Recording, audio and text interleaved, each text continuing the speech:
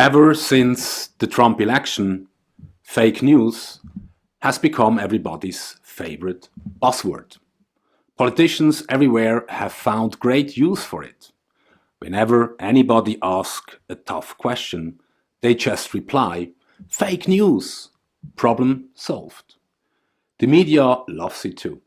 Whenever someone questions their sources or accuses them of bias, they also point the finger and shout, "Fake news."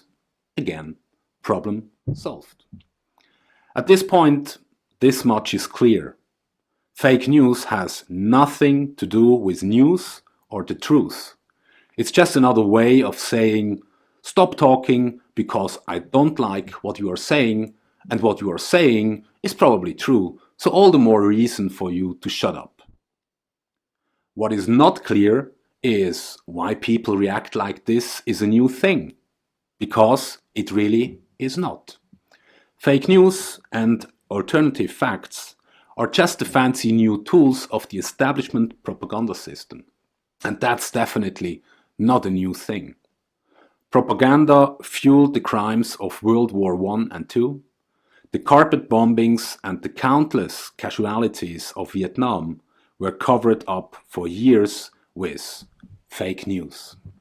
When the first real reports came out, and when the soldiers came home and told their stories, everybody was stunned.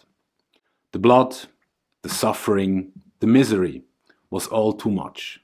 So demonstrations broke out and the people turned against the war en masse.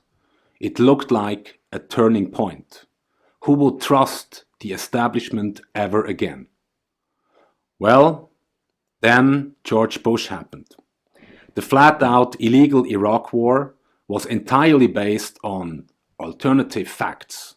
Millions of people around the world believed that there really were weapons of mass destruction, because their state rulers said so, and because the mass media backed them up. And then everybody was so shocked again when the lies were exposed. And how about Obama, the Nobel Peace Prize winner, who killed thousands of innocent civilians and went after whistleblowers who spoke out against him? But nobody cared, because the media was busy showing clips of him being funny and charming on late-night shows. Perhaps news will break in the next year or two, and we get the full story about the Obama administration. And then, of course, everybody will be shocked again. So what's different now? Well, this time the media and the new US government have turned on each other. They're busy fighting about whose narrative will make it to the headlines and eventually to the history books. So basically, they can't get their story straight. Every report is followed by another one that denies it completely and calls it fake news. You don't know what to believe anymore. And this is exactly why this is a great opportunity for us and our societies. If you don't know what or whom to believe, then don't. We don't have to pick a side and hope for the best. We don't have to take anything at face value. We can question, we can doubt, we can research.